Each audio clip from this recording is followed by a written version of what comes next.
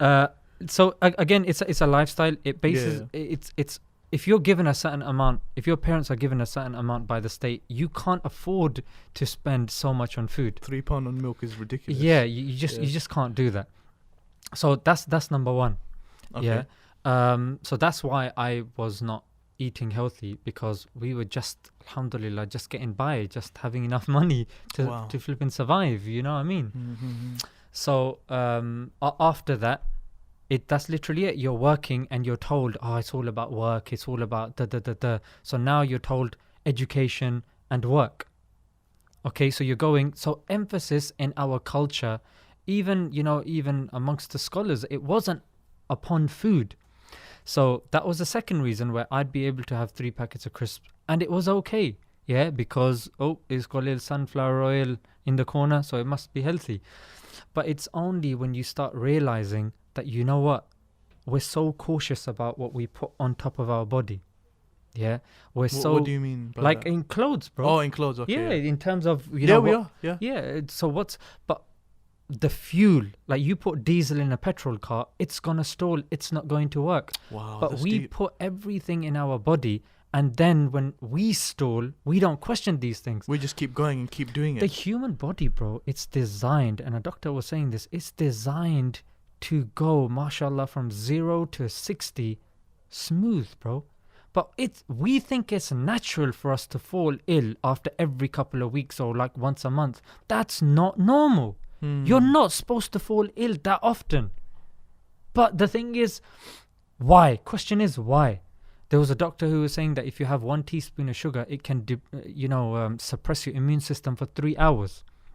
Another research that was done by Deakin University, they linked bad food diet to depression. Wow, they said that so this was Deakin University in 2017. Subhanallah. They linked it, and they actually did a study in which they noticed that if you improve the diet of these individuals, you can improve their mood. And also, Mia Kevipelto of Finland, she actually linked diet to intelligence.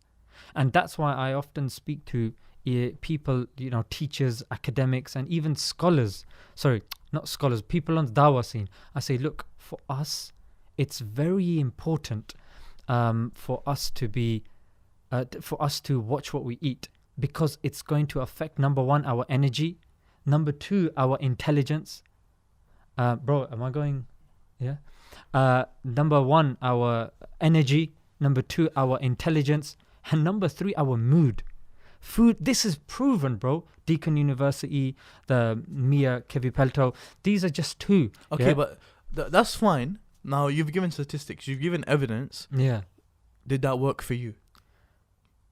Now, the thing is, bro, when I would come home after 2 jobs, I'd feel tired, frustrated, my energy levels were low. What would you eat at that time?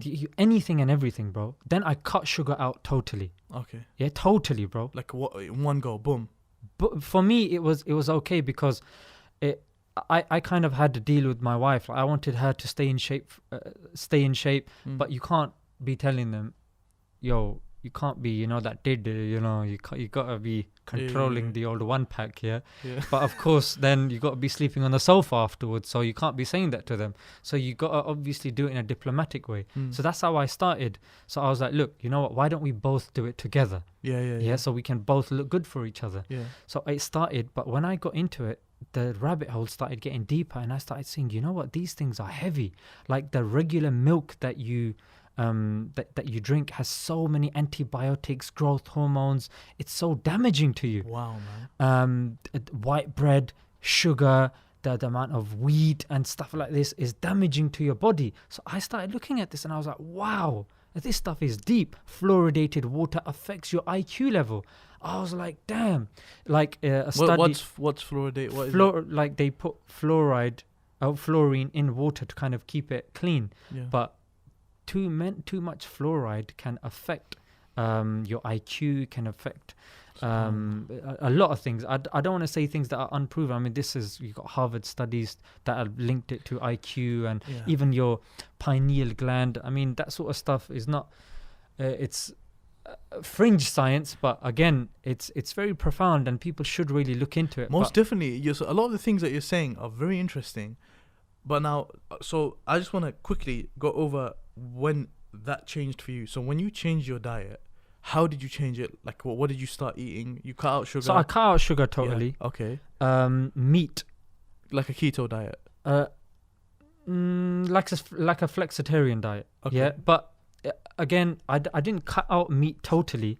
Well, I did until I found. Oh, you cut out meat. I cut out meat totally. Oh, okay. Yeah, I thought it's the especially opposite, the local halal butcher meat, yeah. because that is sometimes the most unethical meat that you will find. Yeah. The kind of animals, the way they're treated. Astaghfirullah, hawla wa la quwwata illa billah. It's not tahir meat. We talk about halal, but we don't talk about tahir meat. That's what I wanted to bring it back to. Yeah, and you know what? It's important that the animal has been respected, has been treated organically, and it itself has a good diet. Because when you now consume it, bro, that then turns into blood. Well, it turns into energy, goes into your blood, it goes around your body, bro. You start thinking what you're eating. It affects you, bro. So meat I cut out until I found organic butcher nearby. So I eat only organic meat, and I eat that every so often. Sugar was cut out totally. I made small changes that make a big difference. Like eggs have to be free range, bro. Have to be free range. Yeah, and you can even read eggs as well, but I know the podcast's going to be long. Just the first digit on the code on the egg, it's the government has told the egg manufacturers that you have to put a code on there. The first one has to be a 0. Yeah, so you can tell that it's proper organic.